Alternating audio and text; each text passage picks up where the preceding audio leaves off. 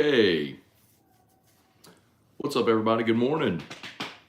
Welcome to a home day edition of Morning Scone, presented by Brock, the Battery Orthopedic Clinic, Hutco Roofing, HutcoRoofing.com, Restored Motions, RestoredMotions.com, and ProCharge EV, ProChargeEV.com. Okay, y'all. Hope your Wednesday's off to a great start. Home with Drew again. Think he'll be able to go to school tomorrow. So, been a little under the weather really since late last week. I think he really started to kind of feel bad on Thanksgiving Day, and thought maybe he was turning the corner on Monday, but no, took him to the doctor, and he kind of got a little worse. Here he comes. He was up this morning at 7:30, so he was ripcord ready to go. Is somebody feeling better? Are you feeling better?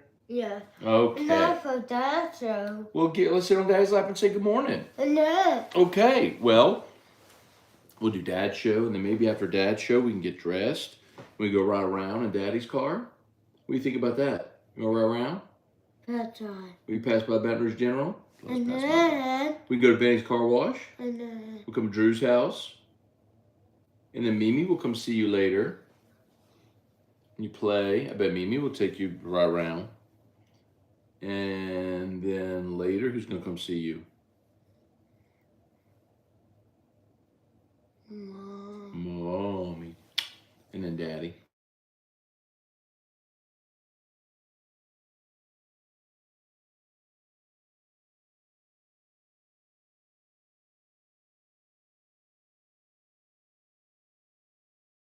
There on YouTube. There, we're back. Okay. So good morning, everybody. Drew's here, feeling better. Woke up on his own. He's been sleeping till like 9 or 10 o'clock. Been letting him sleep, and he woke up this morning at 7:30, ready to roll. So he's feeling better. Feeling better. Little boy's been a little sick. Being sick, huh? I love you. I love you.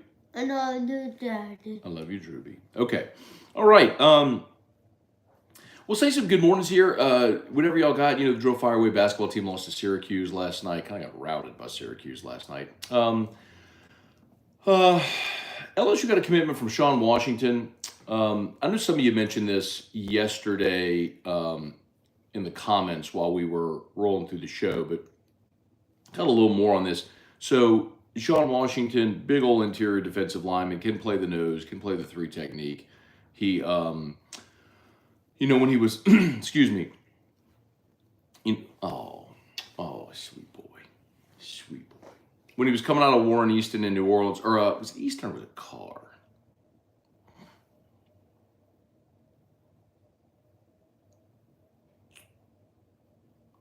He was coming out of New Orleans. I can't remember if it was Easton or Carr. I think he was coming out of Easton. Yeah, he was coming out of Easton. It was Easton.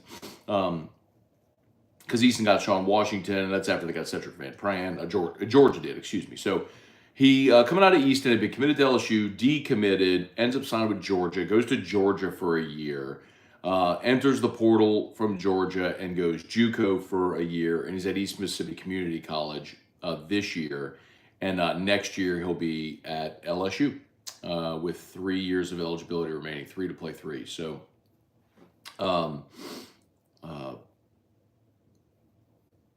that'd be great. You got another interior lineman. Keep in mind, Jordan Jefferson's out of eligibility. And then Wingo, Mason Smith, Jacoby, and Guillory all have a draft decision to make. They all could return. They all could leave. So we'll see what those guys elect to do. Of course, Wingo, kind of the highest rated among them all right now, but just coming off the injury, we'll see. Mason, agree, would benefit greatly from another year. And Jacoby Guillory is interesting, he's a solid player, he's a rotational player. What does he want to do? He's in year 4. Do you come back for a 5th year? Does he go pro? We'll see. But either way, that's kind of your interior rotation outside of some young guys. So do you go get Sean Washington? Brian Kelly's talked about it. Like, he knows he's going to need some interior defensive linemen. So here you got a guy again from Louisiana, recruited by Frank Wilson, had an offer coming out of high school from New Orleans, went to Georgia, good enough to go to Georgia, And now after a year at JUCO, he'll be in his third year in college. When it comes to LSU, with three to play three, and kind of fortifying that interior defensive line. So good get, and again, further signaling something we're talking about, which is let Frank cook. If we're going to let Russ cook, let Frank cook. Let Frank cook. Let him do what he does. And if Frank wants to get the kid from the defensive lineman from Easton who went to Georgia and then JUCO and bring him home, come on. You know what I mean? All right, let's say some good mornings. See what y'all got. Fire away. You know the drill. Kelly Gross, Rick Manuel, Bubba Smith. Good morning. Where are we? Sorry. Brian Broom, Jamie Leday, Rick Manuel. Good morning. What you having for breakfast? I'm looking for ideas. Drew is having Pediasure, which is Fender's feeding tube in this backpack. So I don't think you want that, Rick. How about some eggs, Rick? Bacon and eggs sounds good. Craig Dugas, Willie the Kid got McNeese ready for war. Mad McMahon looking like a politician in his last term. Craig, you ain't lying, man. For those that missed it, Will Wade took his McNeese squad to UAB last night as a 5-point underdog and won by 20. It is going to be really hard to follow that McNeese team all year and watch them have success while LSU continues to not have success. John Hendricks, good morning. I hope y'all are enjoying this great weather. John, it's 37 degrees outside, man. I ain't enjoying that at all. Give me 77 degrees. That's just me, though, John. I know a lot of people like the cold weather. Not me, brother. Give me warm temps. Give me summer all year round. Jerry DeLucky, good morning. Morning, Drew. Oh, you too, Matt. Hope Drew's feeling better. Thank you, Jerry. He is feeling better. And wouldn't have thought of going to bed, but he woke up on his own this morning just about 20 minutes ago at 7:30 and feeling better. Must be, huh? Must be feeling better. He's been sleeping the days away, man. His little body's fighting off that virus, but he's feeling much better. Rocky Killian, good morning. Let's see, jump over here to YouTube. Brad David, good morning. Jacob Thompson, good morning. How's Drew feeling? Feeling better, man. Thank you so much. As evidenced by, the fact that he's up and chilling right now. You feel good? Yeah. Yes. Yeah? Yeah. What are we watching? Dad show. Dad show. Do you love Dad show? Yeah. Yeah. Do you want to say hi? Yeah. We'll say hi. Hi, Dad show. Good job. Hi, Dad show. Wendell Norman, Brett DeGrow, Chris P, Tiger Diver, good morning. The Madden Marine. Did you hear Mickey's press conference yesterday? I did not. Usually, was it a press conference or was it radio availability? We'll circle back. Usually, if it's happening during the show, sometimes it's hard to turn this stuff around. Brian Pinton, good morning from Big D. Okay. Jesse Brown from Disney World. Randall Offrecht. Morning, Matt. Who'd be your replacement for Dennis Allen? Good question. I am not so much interested in NFL retreads, unless if there is an obvious choice like Doug Peterson would have been, a guy who won a Super Bowl. I don't know that guy is out there. I would go for the young, offensive-minded assistant coach, which seems to be, what are you doing? You trying to touch the screen? You trying to touch the screen? No. I would go for the young, offensive-minded assistant coach in the same vein of Sean McVay, Mike McDaniel, Kyle Shanahan.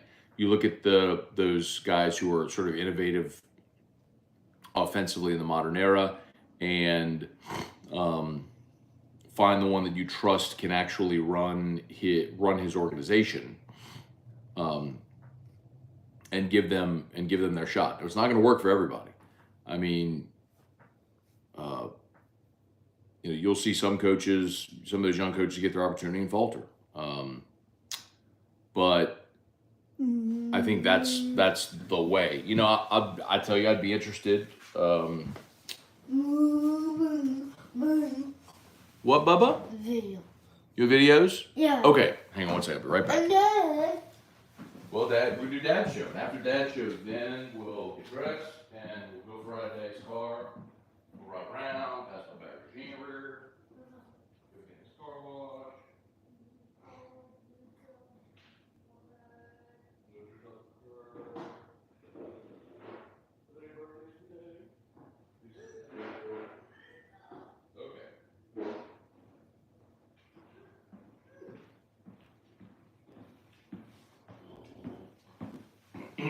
Okay. Sorry about that, y'all.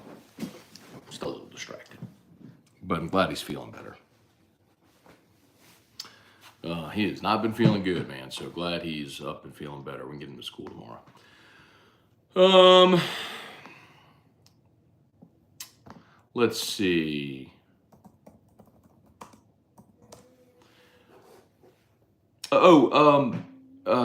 Randall, one day, I mean, Eric Bieniemy was interesting to me when they hired Dennis Allen. And now that he's left KC and gone to Washington and continue to put up numbers there, I would be interested in Eric Bieniemy. That's, a guy who's obviously got ties to the state and I think is super interesting. I can't help but wonder why he hasn't gotten a head coaching job.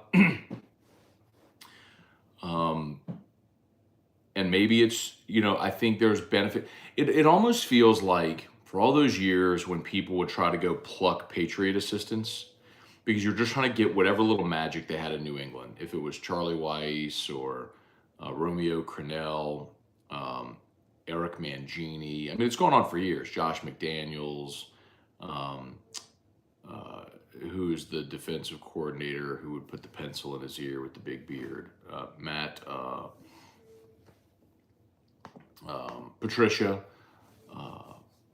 on down the line. Joe Judge, Bill O'Brien. I mean, like so many Patriots assistants have gotten head coaching jobs because they're Patriots assistants, and you're trying to get whatever little morsel of that greatness over the years, and more often than not, it never really worked out because turns out you had to have Tom Brady to make it work. Anyway. Oh, his backpack's burning. Sorry, y'all. Hang on a second. Sorry.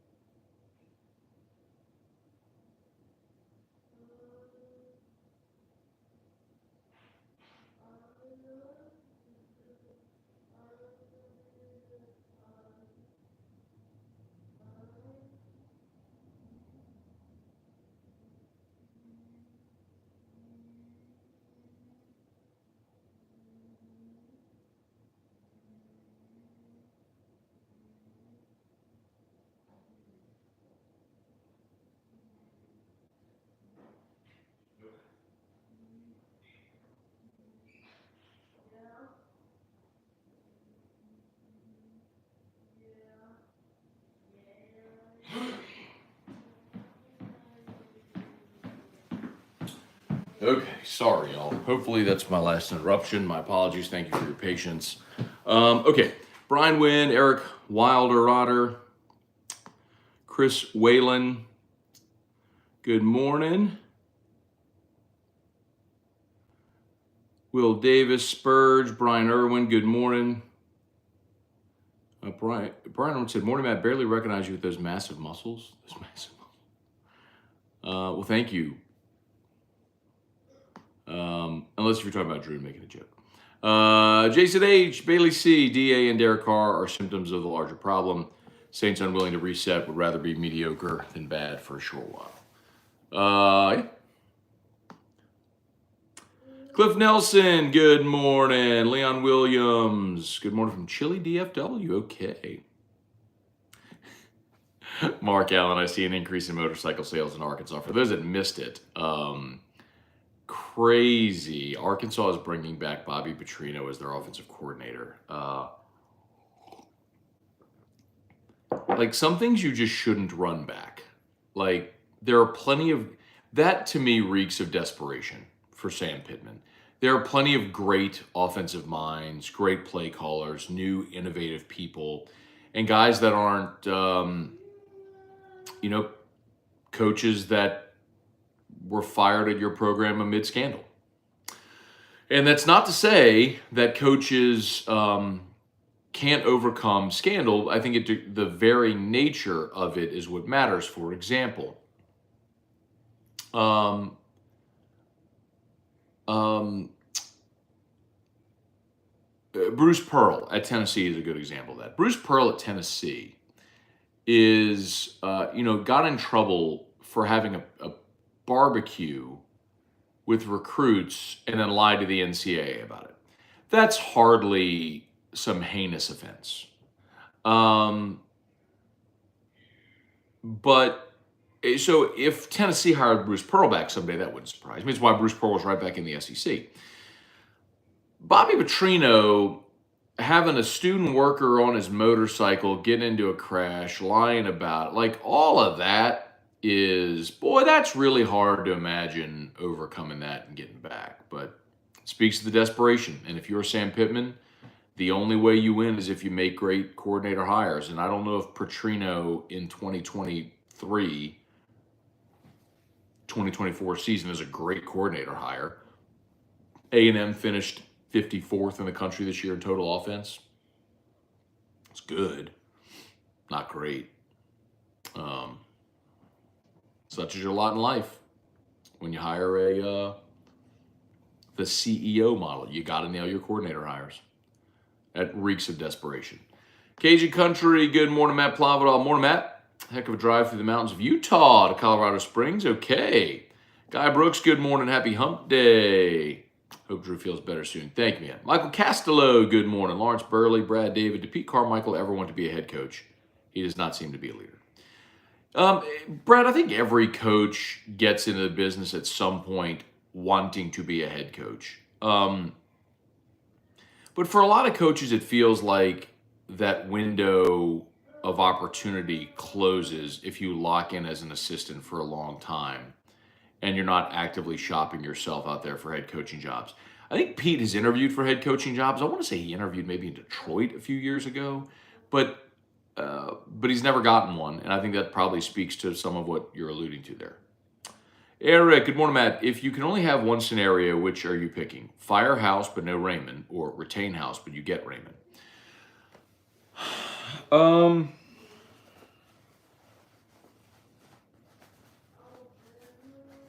It's hard to say without knowing who the hire would be to replace Matt House.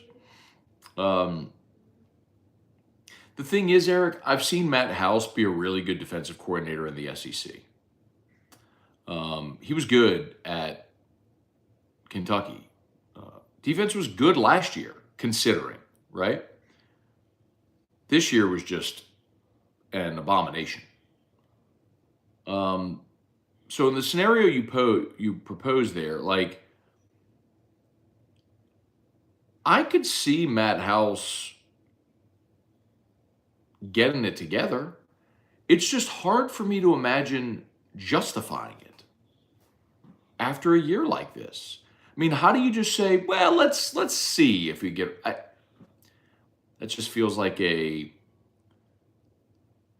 failing approach. Let's see, Cajun Country, I love hearing all the gripe about meaningless playoff rankings. I'm still praying Bama does not get in.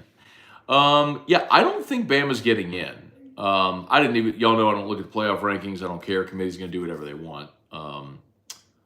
So I don't know where Bama is after last night. I'll look it up real quick.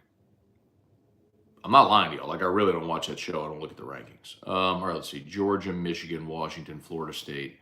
Oh, wow. Oregon, Ohio State, Texas, Bama. Yeah, Bama's not getting in. Bama beats Georgia. If Michigan, so Oregon's 5. So if Oregon beats Washington, they're in. If Michigan and Florida State both win, they're in. So that's your 3. And then it basically comes down to Ohio State or Texas or Georgia or Alabama, which are the one-loss teams. And Texas, among all those, would have been a conference champion at 12-1. So I'd probably say Texas would go in at 4. Just a guess. Committee will do whatever they want. Pat Huseman, Christian, good morning. Jesse Post, man, he's growing up, still a cute little fellow. Thank you, Jesse. Derek Cropper, morning, Matt. Loved your take on Corey Raymond. Definitely needed to bring him back. Brian Wynn, do we finally have an end in sight for the LSU women's basketball saga with this afternoon's press conference? Don't know. Hope so. Christian, my girlfriend and I have the same onesie. We bought them for Christmas last year. I guess that's Drew's onesie. Let's see. Bailey C., let's not hype up transfers this year, please, LOL. You know, the thing is, I think you just have to understand or recognize what you're getting. Like, you know, Jaden Daniels was a transfer. That went well. Kyron Lacey was a transfer. He's played well. Logan Diggs was a transfer. He's good. Jordan Jefferson was a transfer. Played really well. So I think, you know, Braden Swinson became really late in the season, your best edge rusher. You know what I mean?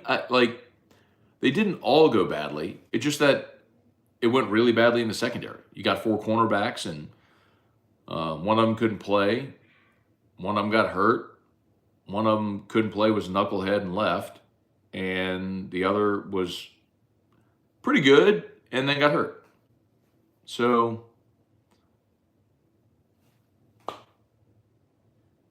I think the big difference this year, Bailey, is you're just not going to see as many transfers.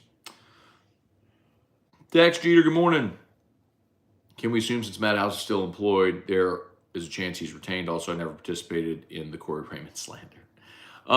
Sure, I guess there's a chance he's retained. I mean, that's my point was my point was never reporting news. My point was I don't see how you could possibly retain him after this. And I still believe that. Like if Brian Kelly makes the decision to retain Matt House, which I don't think he wants to, by the way. I just think Brian Kelly has I'll put it to you this way. Let me give you an example. I think Brian Kelly has a hard time firing people, kind of being the heel. Look at what happened last year with Polian. He didn't fire Brian Polian. He reassigned him. He took him off of special teams and moved him into the off-field role, whatever they called him, you know, whatever his off-field role was. And then Brian Polian went and found a job, got the AD job at his alma mater. I think that's more along the lines of what Brian Kelly wants to do. And it allows your assistants to stay ahead of their resume. But my thing is, like, if Brian Kelly was going to fire Matt House, like, you should have been talking to Matt House's agent, you know, a month ago saying, hey, you better start looking for a job. If you remember, that's what happened with Bradley Dale Pivito and Doug Mallory back after 2008. It was awful. They weren't going to be retained. And so Les was like, go find a job. And Pivito became the head coach at Northwestern State. And Mallory became a DC at, I think, New Mexico. Or New Mexico State, one of them. Anyway, it allows you to stay ahead of the resume. And maybe it's a thing where you're waiting to see what jobs are open. And maybe Matt House, you know, leaves at that point. I'm speculating here. But I think that's probably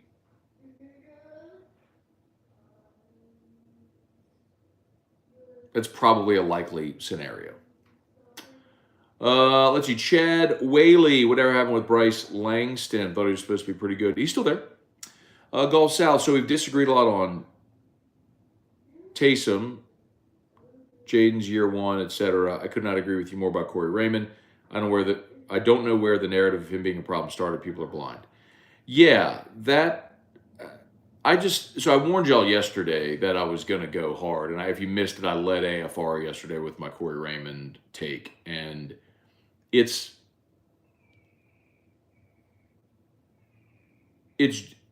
I've been around long enough to know how it's the fan echo chamber. And this happens sometimes with the fan echo chamber. Gulf South, like you, with the whole Jaden was the problem in year one, and you were wrong. He wasn't the problem. He was the reason that you won 10 games. Could he have been better? Sure. Look at what happened this year. But he wasn't the problem last year. That was your formula to win games, was protect the football. He was 70% of your offense, play defense and win games. They won close games and won them because of him.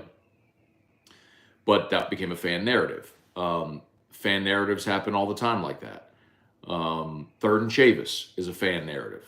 Third and Chavis. Like, somebody started screaming that LSU was just atrocious on third down. And third and Chavis became a thing. And somewhere among some portion of the fan base, this Corey Raymond thing started where people are blaming him for the erosion. And I spelled it out for you. Like, they never stopped recruiting great defensive backs. Ed Ogeron ran the program into the ground. The entire staff got fired, and you were left with 38 scholarship players. I mean, everybody left. I mean, anyway. So, yes, we agree. We're in lockstep there. What do we disagree with on Taysom? You want Taysom Hill to be the Saints quarterback? Oh, Jesus Christ.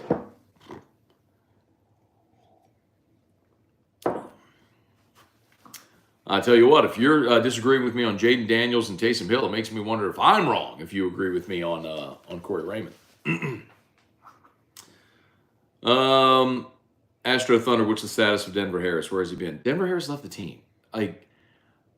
Y'all, I'm not going to do like a rant this morning, but I would like to point out and remind you, like, choose who you trust and who you get your information from carefully. Like, it's up to you to decide who you deem credible or whatever, but I told you all throughout fall camp that Denver Harris couldn't play. I told you all throughout fall camp that Denver Harris was running third team and they weren't trying to make him earn it. You want to talk about fan narratives? That was a fan narrative. They're making Denver Harris earn it. No, he can't play. All he plays is press man. He doesn't know a lick of zone, and he ain't that good at press man. Dude was getting mossed by Grambling. Kid couldn't play. But y'all, some of you, were so pot committed to the fact that he was a 5-star. Guess what? Mason Smith was a 5-star. Clifton Garrett was a 5-star. It happens. Like, sometimes they miss. So you can be, Sage Ryan was a 5-star. Like, that poor kid gets so much grief from LSU fans because you saw his star rating coming out of high school and assumed he was going to be the next Jamal Adams. And he's not. So, anyway, Denver Harris can't play. I mean, I've said that from fall camp. It's not to say the kid can't get better, can't learn, can't improve. Everybody has the opportunity to do that. But I told y'all that from fall camp. And I wasn't guessing, man. Like, I saw it with my own eyes. Then you go ask around, they're like, yeah, the kid can't play.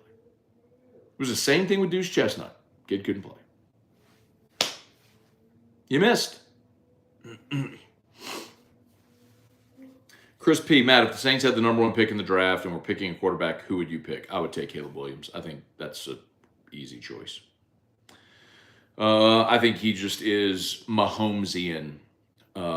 He's mobile, has poise in the pocket, huge arm, can make all the throws, throws from weird angles, throws on the run. Like, when you look at a player that plays the position the way Mahomes plays it, it's Caleb Williams. That's why he's a no doubt consensus number 1 pick in this draft.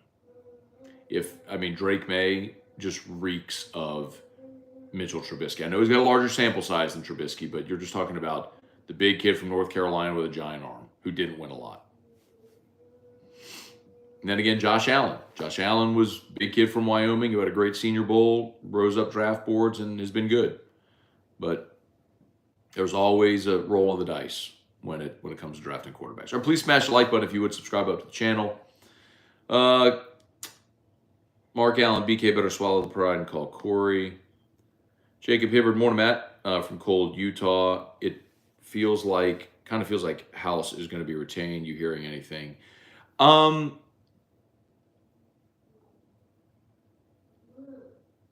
I'm hearing a lot of things, yes. And I think there's a lot of pressure to make a move. I think Matt House is tough to work for some of the defensive staff. And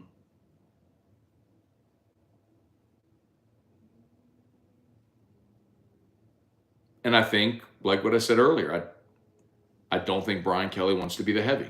I think he'd rather shuffle pieces on the chessboard than outright fire somebody. And I don't think you're demoting Matt House to linebacker coach. He's not going to do that. So I think you need to, poop or get off the pot. Make your decision.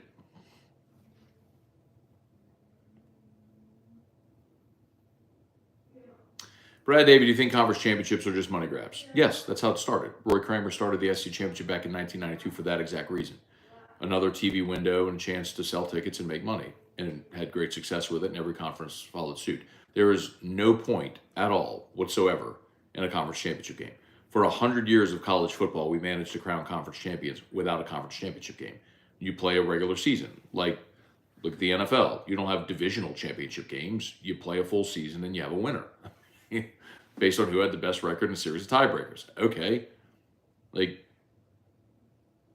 the high school playoffs. You have full playoffs, but you win district championships based on your regular season district record. Why is this hard? Georgia is the SEC champion this year. They were 8-0 in conference. They win. Okay. Leon Williams, Mason Smith should come back. He's going to cost himself some dough. Let's see. Z Nunez 10. Christian Shoemate, who was recruited by John Aiken, is going to be playing in the NBA. He's awesome. Okay. Ronnie Guy, good morning. Leon Williams, Matt, we tried to pluck Bo Davis from Texas that played at LSU. Great D-line coach. Just look at Texas from. Oh, have we tried? Well, I'll tell you this, Leon. And look, Bo Davis is he's an LSU guy, and he's a Pete Jenkins guy. And I firmly believe that Pete Jenkins is going to be pushing Brian Kelly to bring Bo Davis in. The tricky part there is Jimmy Lindsey. And I'd say tricky just with all sensibility in the world based on what happened with him. But Jimmy had his medical episode and is recovering and is still under contract as your defensive line coach. So this year, you moved John Jancic from outside linebackers to D after Jimmy had his medical episode. So Jancic coached the D line and Bob Diaco coached the outside linebackers. Well, if Jimmy Lindsey comes back, the most logical thing is, you move Jimmy back to D line and you kick Jancic back to outside linebackers, and Diaco either goes back to an analyst role or stays on staff as your special teams coordinator, or some capacity of like you're gonna have to shuffle the pieces on the chessboard a little bit to make it work. But the Bo Davis thing, I have no doubt that there's going to be internal pressure to push Bo Davis, but you got Jimmy Lindsey under contract, and I don't know what the plan is there with Jimmy. I guess it's okay to say this. I've been told that Jimmy is going to be active again, recruiting. So it certainly seems like he's sort of re-engaging. And if that's the case, then there's no spot for Bo Davis. Brennan Huff, Terry McCain, David Bass. Hello from Montana. Okay, James McKinney, good morning. Ben Johnson, the OC from Detroit. Oh, man, I am far behind. Kenneth Polk, any update on staff changes? Corey Raymond? No, sir. Larry Garner, let's see. Aaron Glenn, DC for the Lions, next Saints head coach. Guy, part of me says, okay, yeah, bring Aaron Glenn back. He was with the Saints, and then Dan Campbell brought him to Detroit. They've had a lot of success there. It's just my personal preference to want an offensive-minded head coach in 2023, but it's not to say a defensive-minded head coach couldn't work. Jason Champagne. David Shaw had sustained success at Stanford, was regarded as a coach who'd be able to make the leap to the NFL. Any thoughts on him for the Saints? What is David Shaw doing? Did he take the year off?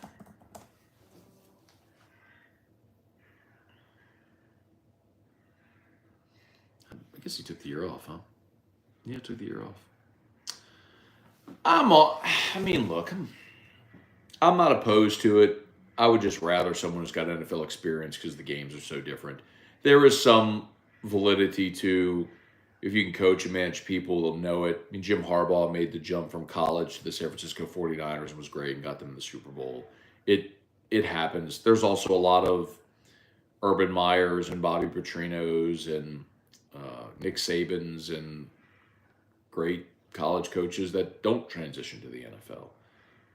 Pete Carroll did it. He was NFL, then went to USC, then back to the NFL. But Jimmy Johnson famously did it, Miami to Dallas. But anyway, Drew is having himself a time back there doing something. Yeah, he's in there like barking like a dog and watching videos on my phone. Jacob Willis, what's going on? Arkansas fires Sam Pittman next year to hire Bobby Petrino. Oh, God, wouldn't that be something? I mean, look, Bobby Petrino got rehired at Louisville. I mean, maybe so.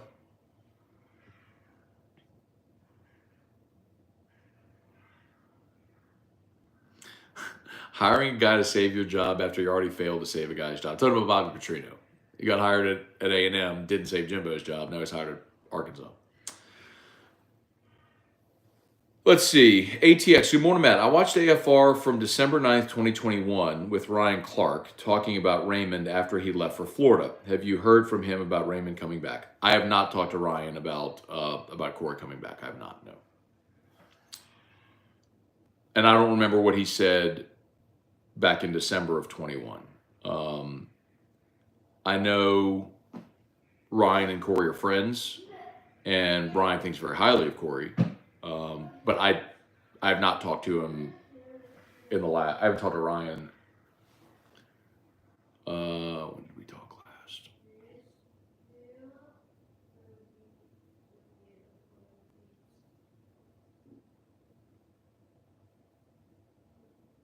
Maybe we texted last week. I don't remember. All right, y'all, please smash that like button, subscribe to the channel. Rebecca Claire, good morning. Ryan Slayton, hump day. What day is it? Hump day. Barry Jocelyn, Dalton Barnett. Morning, Maddie. One more game with JD5. Got to soak up the last little bit before the Nuss Bus pulls into Tiger Stadium. That's assuming Jaden plays in the bowl game. We'll see. Trivia Carter. Good morning. It's baseball time. Barry, I asked this question yesterday. My audio was wonky. Let's see. Why is it we keep having one of the hardest schedules in college football? Georgia's in the SEC. That schedule's been easier. Yeah, I did answer that. So, a couple things. Number one, Georgia plays in the SEC East. East was bad this year. Also, Georgia had scheduled Oklahoma this year for a home and home. It was going to be this year and next year. And the SEC mandated that they cancel it because next year Oklahoma will be in the conference, so they weren't going to play that game as a non-conference game, and they didn't want to play one half of the home and not both. So that's why. So this year wasn't. I mean, sometimes it's kind of just beholden on the SEC schedule and how the rotation falls, right, and the teams you play. Sometimes they're good and sometimes they're not. Mark Allen, hope Iowa beats Michigan. Yeah, I always pull for chaos. Where are we?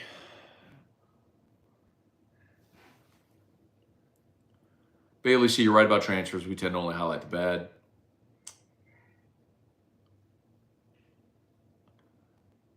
Brian Turner, the gentleman Matt House saying more than likely in for whatever it's worth. There's nothing that suggests he's more than likely staying. Brian Kelly, after the game on Saturday, said he would evaluate his roster and then start his staff evaluations. We put these artificial timelines sometimes on things, and maybe it's you don't fire a coach until you know who you want to hire. Maybe it's Brian Kelly trying to, as I talked about a bit ago, sort of shuffle the pieces on the chessboard. Maybe it's giving Matt House an opportunity to get a job first. I don't know. But I certainly wouldn't be presumptive about anything until you hear something. We're like, it's year 2 for Brian Kelly. Like, we're still learning, for Brian Kelly, how this is all going.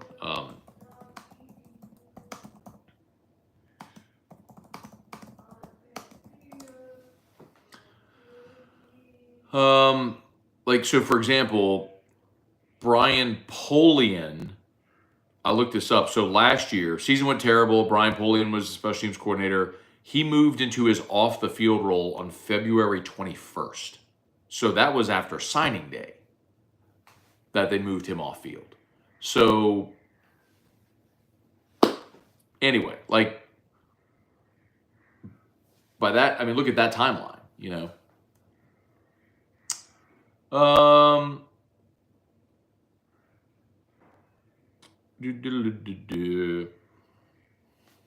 Jaleel Dean, morning, Matt. Heard Cam Ward was,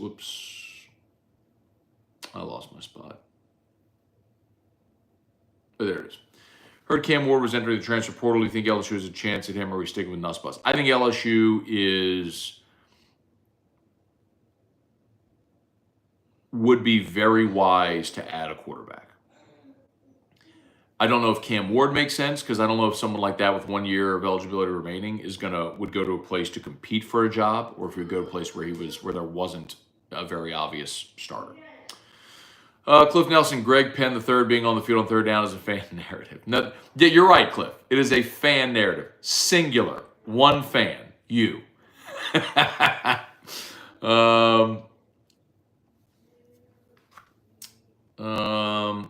Trevor Bittner, what's going on? Darian Glaze, the Saints should shut down the season, start thinking rebuilding. Is Pete coming back next year? I'm assuming you mean Pete Jenkins. I doubt it. Tara Walker, let's go. Can't let Corey Raymond get scooped by big money pockets at Texas A&M. Clint, more Matt, would Will Rogers be a possibility for LSU? So Will Rogers hit the portal. Will Howard from Kansas State hit the portal. There's a lot of veteran quarterbacks. Tyler Van Dyke from Miami hit the portal. I think if you're LSU, you kick the tires on all of the above. I mean, again,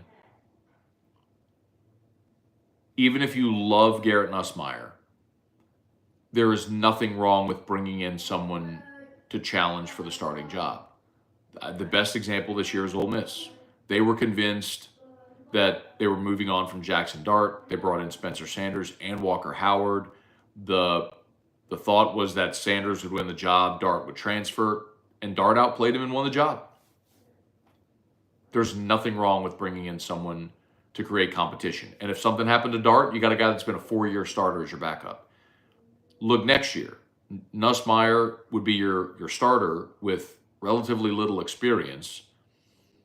And your backup, if Nussmeier takes a bad hit, turns an ankle, is Ricky Collins. I mean, why wouldn't you bring in veteran depth?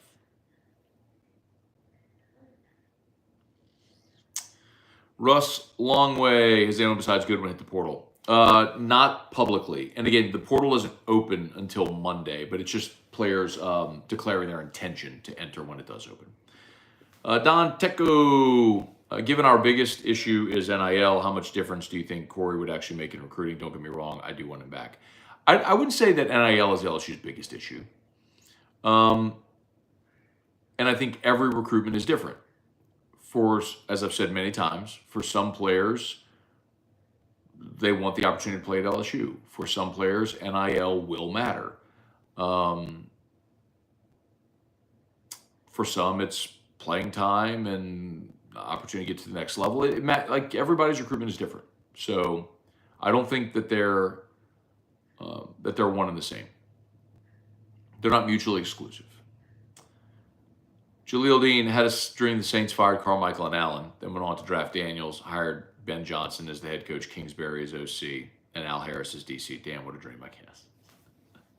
Let's do it. Let's see, Trevor. Let's see, Cajun Filipino. Hello from the Philippines. Been a while since I tuned in and missed your conversations. God bless. Thank you, Cajun Filipino. Love to hear that. That's awesome. Glad you're there. I know I mentioned it before, but love the Philippines. When Drew was in the hospital, a lot of the sorry, trying to crack my neck. A lot of the nighttime nurses were Filipino. They refer to themselves as the Filipino Mafia. As a matter of fact, Drew's primary nighttime nurse was Lolita Fernandez, and Mimi Lolita, as we refer to her. She's like family. We love her. And she just retired and is actually home in the Philippines. I saw her saw a Facebook post the other day. So got a special place in my heart for the Philippines. A lot of beautiful people from the Philippines who helped us during our lowest, most desperate time. Vernell Thomas, morning Scone. How do we keep losing people off the practice squad? You're talking about Jace Pierre-Paul, who got signed off the practice squad by Miami. I mean, look, JPP is from South Florida, so I get it. It was an opportunity for him to go home. Are you going to be on? And look, even though he was on the practice squad, Vernell, he was active on game day, and sometimes that's just roster accounting, right? Rocky Killian, Jim Harbaugh equals quick fix. I'd be for it with New Orleans. Michael Cook, hey Dad, good morning. Happy Drew's feeling better. Thank you, man. Dale Broussard, can Joe Burrow join Heisman House now that Lordstown Motors went bankrupt? Good question, Dale. I have no idea.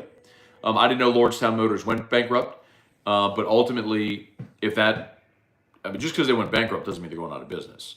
But yeah, so I know people have asked before about why Burrow is in the Heisman House. It's because to do the Heisman House, it's a Nissan deal, so you have to do an endorsement deal with Nissan. And Burrow had an auto deal with Lordstown Motors. I don't even know what that is, but that's why Burrow's not in the Heisman House. Thad Landry, Tracy Eckroth, morning, Drew. Glad you're feeling better. Go Tigers. Birmingham, okay, Tracy. Thad Landry, massive muscles, y'all crazy. Sam Dixon, glad you brought up the recruitment element of Corey Raymond. The list of big-time names he landed over the years is amazing. Todd Harris, Mark Vitanovich, good morning. Sean Bennett. How about that? Joel Embiid tonight in Nola against the Pelicans. Ryan